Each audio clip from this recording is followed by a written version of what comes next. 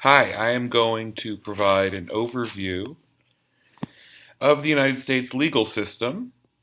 And at the end of this, you should have a general sense about the structure of the legal system and know about some key legal terms. So, what is the law? If you look it up in a dictionary, like Merriam-Webster, they would define it as the body of customs, practices, or rules prescribed or formally recognized as binding or enforced by a controlling authority. Basically, you have some social norms that have been written down. Some of them come from ancient sources like the Ten Commandments, and then they're enforced by a controlling authority. We think of that like the police or government agencies. And then Black's Law Dictionary says the law is a body of rules of action or conduct. So, what you can and can't do, prescribed by controlling authority and having binding legal force. So, it's binding or controlling on conduct, meaning if you violate it, you are in trouble, and it is set down by a controlling authority. Next, we'll talk about who makes the law. These are the branches of the US government, pun intended. Usually, when we think about the law, we think about it coming from judges, the judicial branch on the right, but a law is also a piece of enacted legislation, like the Patient Protection and Affordable Care Act of 2010, also known as Obamacare. That was passed by the legislative branch, signed by the executive branch, and then interpreted by the judicial branch. The law is traditionally defined by law professors as the collection of precedents, rules, principles, and policies employed by judges when justifying their decisions. This is a judge-centric view of law, and it involves dispute resolution in court. But as you already probably know and can imagine, the law is much more than rules applied by judges just to resolve disputes. As we know, presidents and other executives can issue orders, and then also there are lots of laws that are passed by legislative bodies, which can mean a city council or a town meeting, all the way up to the US Congress. Legal reasoning involves an application of the law to specific facts in front of you. The one thing about the judicial branch that is different than the executive or legislative branch is what we call the reason-giving requirement. Judges have to explain what they're doing. They have to show their work, basically. And that's something that distinguishes the judicial branch from other branches. So when we think about legal systems, this is basically how the law is organized in a country. There's the common law system, which involves judge-made law, which is what we have in the United States, and it's what we inherited from England. And then we have a civil law system, which is common in continental Europe, which has its primary basis in codes or codification that give rules for most disputes.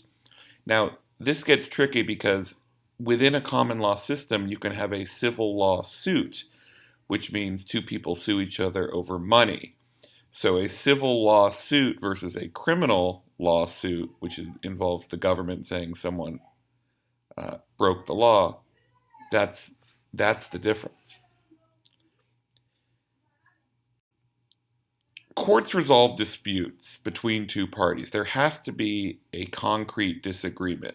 Unlike legislators, courts can't just decide there's a problem that needs to be addressed. There has to be a specific disagreement between people. For a civil lawsuit, it's a plaintiff and a defendant. For a criminal case, it's a prosecutor who works for the government at a local, state, or federal level. And if someone's unhappy with the result, they can become an appellant. The appellee would be the other person. One concept is known as dicta, which basically means something in a case that's not required for its resolution.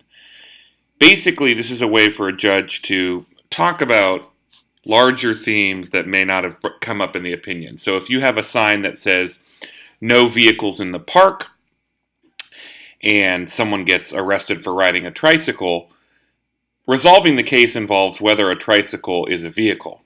But the dicta could be, well, what about an emergency vehicle or a police car? Could that count as a vehicle? So that often comes up. Judges have lots of ways of dealing with cases. One way that precedent is basically the operating system of the common law system we have in America. Basically, it stabilizes the law, it allows it to be predictable, and it changes ever so slightly. If you ever visit the United States Supreme Court, you'll see that there are turtles in the courtyard, and that's part of the point, which is turtles are slow, like the tortoise and the hare, and change is incremental and slow as well. So you have to follow the rule of law in your jurisdiction and above you. Of course, stare decisis is its weakest at the U.S. Supreme Court because as the top court in the system, they get to basically rewrite the law. So here are the various courts of appeals. There are a total of 12 of them that are based on geography. You can see 1 through 11 and then the D.C. Circuit. And then there's one that is based on subject matter.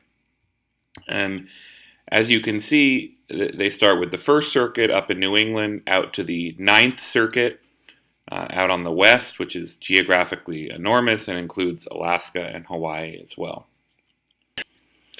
So what lawyers do when they have cases in front of courts is they make arguments about precedent. When there's a good case, they will analogize it. They'll say, this case that helps us is just like what we have here. And if there's a bad case that would hurt their position, they will distinguish it and say, no, our case is much different.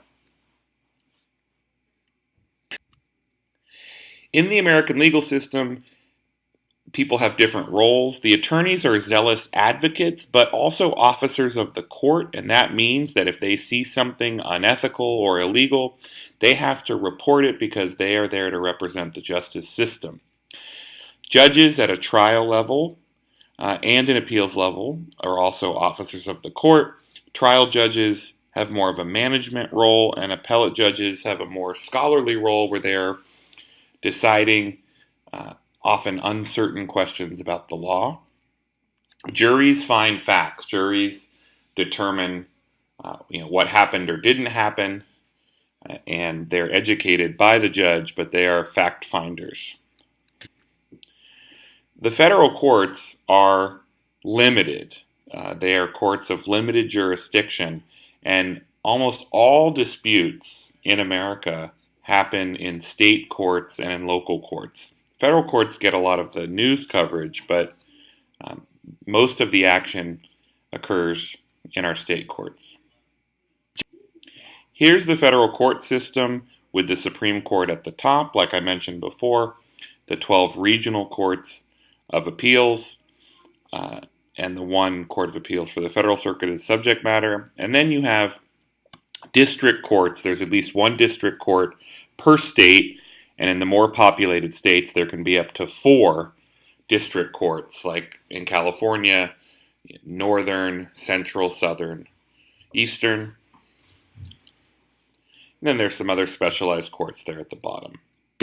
Article 3 of the U.S. Constitution is relatively sparse compared to Article 1, which establishes Congress, and Article 2, which sets up the presidency and the executive branch. Article 3 basically says there will be a Supreme Court, and it anticipates that Congress will set up lower courts. But other than that, it doesn't say much. It says judges will serve for life, which we say is during good behavior, and that cases and controversies go before the court. But there's nothing about the size of the Supreme Court. There's a little bit about its jurisdiction. the jury trial requirement, but it's pretty sparse, and Congress has filled in a lot of the gaps. Like I mentioned before, we have a parallel system. We have the federal court system on the left with the Supreme Court at the top, and then, like my home state of California on the right, there's a parallel system with 7 justices on the state Supreme Court, whereas the U.S. Supreme Court has 9. The legal system is very hierarchical. You begin with trial courts, then you have intermediate appellate courts, and then ultimately Supreme Courts. And the Supreme Courts get to decide whether or not to hear cases. Law and equity. Law is usually a judgment which is financial, where there's a verdict.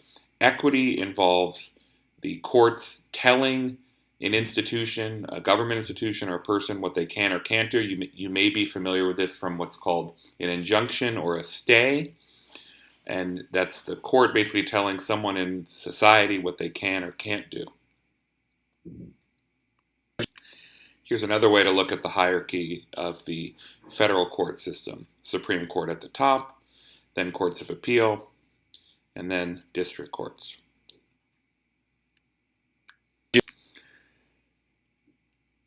You've probably seen trials on TV or in the movies. As I said before, the jury is the trier of facts. Sometimes there will only be a judge there, and that's what is called a bench trial, where the judge is both the chief umpire or referee, but also determining the facts. And the lawyers have opening and closing statements. They question witnesses with direct and cross-examinations, and then juries will issue a verdict, or if it's a bench trial, the judge. The appeal system is, in criminal cases, only someone who's been found guilty can appeal. If the government tries someone and they're found not guilty, the government cannot appeal. That is part of the foundation of our system, where if the government loses when they're trying you, they can't try you again. And that's also connected to the double jeopardy clause. In civil cases, it's any party unhappy with the verdict. Sometimes parties that would be affected by a verdict can intervene.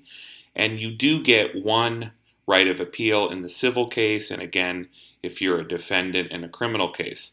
The Supreme Court has discretionary jurisdiction, which means it may hear appeals. The only time the Supreme Court has to hear a case is usually involving disputes between states. We call that original jurisdiction, but it's pretty rare. And finally, here are various paths that cases will take as they go to the Supreme Court. Sometimes cases come from the highest state courts because it involves an issue of constitutional law like free speech with the First Amendment, or unreasonable search and seizure in the Fourth Amendment, or cruel and unusual punishment with the Eighth Amendment. So sometimes it can go from a state court to the U.S. Supreme Court. It can go from agencies to courts of appeals, or it can go from United States district courts to courts of appeals up to the Supreme Court. And the Supreme Court usually hears a case when there are splits in interpretation among the various circuits, because they want to make sure that law gets interpreted the same way across the country. If it's federal law, then the federal law should be the same everywhere. Thanks. Can get rid of cases or not reach the merits of a case involve threshold issues. So this is making sure that what's in front of a judge is an actual dispute.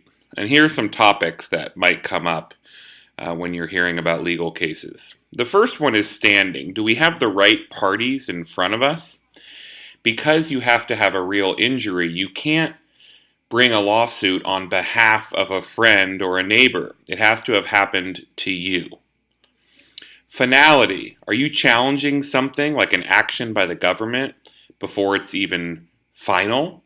We don't want that to happen because it could change and the action could be different in the end. Exhaustion, this doesn't mean being tired, but this means, have you gone through all of your remedies? Have you exhausted your administrative appeals? Have you tried everything below before bringing it into court? Ripeness is sort of like it sounds, like with fruit. It's just not ready yet to be challenged. So, for example, if a 7-year-old elementary school student challenged being denied admission to a college or a university, that issue is not ripe because we're assuming the 7-year-old does not have a high school degree and has not taken the SATs yet. Mootness, this is a term like moot point that we often hear. This means that the point of the dispute is over. So let's use the university example. You are applying to the university, you get rejected, and you challenge the rejection with a lawsuit, and then you get off the wait list and you get in. Well, then your lawsuit is moot.